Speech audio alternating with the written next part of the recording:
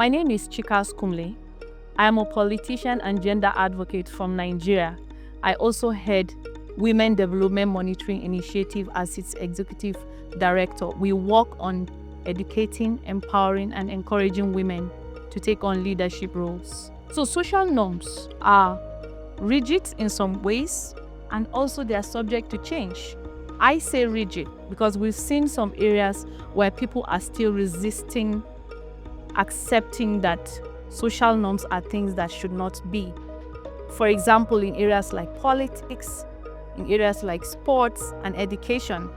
But again, social norms are subject to change because over time, people begin to understand that most of these social beliefs, all the narratives and the limitations that are being set for women and men are subject to change. And that's why, yes, in some ways they are rigid and in some ways they are subject to change. But I am of the belief that it is subject to change with awareness creation, with proper education, and with more information, because information is power. And so when people get more information and understanding of how social norms affect them, then they get to change.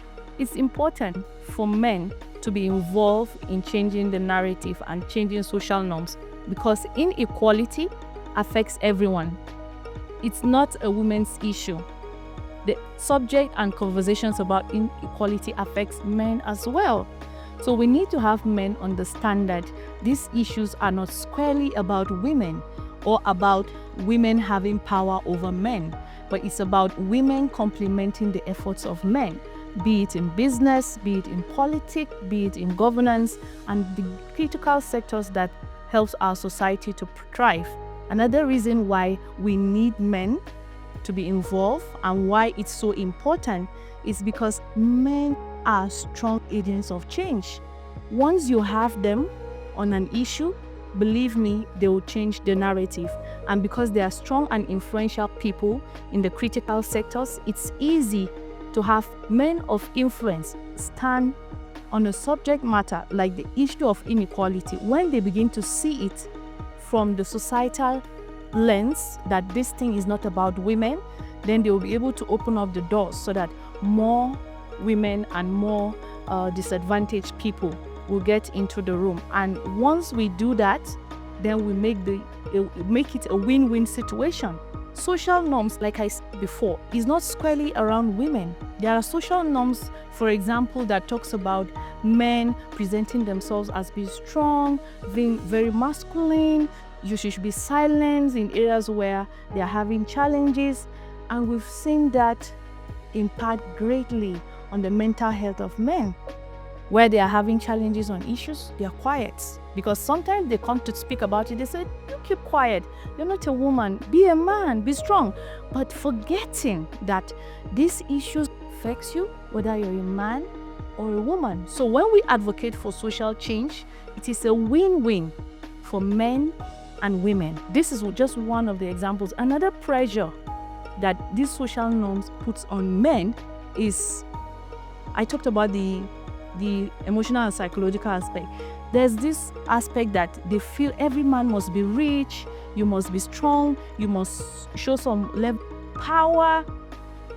But we live in societies where we see men facing challenges of unemployment, facing challenges of the impact of the economy, and they are unable to present themselves with that expectation that the society has on them. So it puts a lot of unnecessary pressure on them. So you see, all of these are social norms. So what happens to a man expressing his vulnerability just so he can get help? Because we've seen times and times again where these pressures push a lot of men to even commit suicide, which should not be. So the conversations about social norms is one that not just affects women, but affect men as well. So it's important that they are also part of the conversation to see how we change it.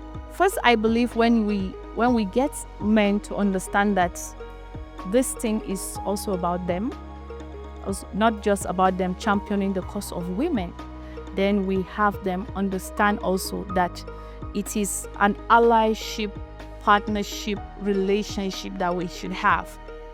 It's important we do that because when you use the words like championing a cause, it then means the subject for which this thing affects are the ones at the losing side. But when you use the word allies, then it means you're speaking on the same page, viewing things from the same lens, and understanding this from a perspective that it benefits everyone. So language use is very important, and also we need to do that because people need to see themselves as being part of the change agents, not an extra or external distant issue that doesn't affect them. But when they see themselves as being part of it, then it makes it easier.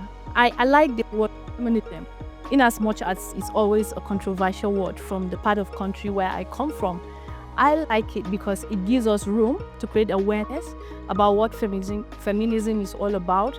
So one of the key things I always do is that I always show up as being the right example. I use myself as an example of what is expected. I talked about being a politician.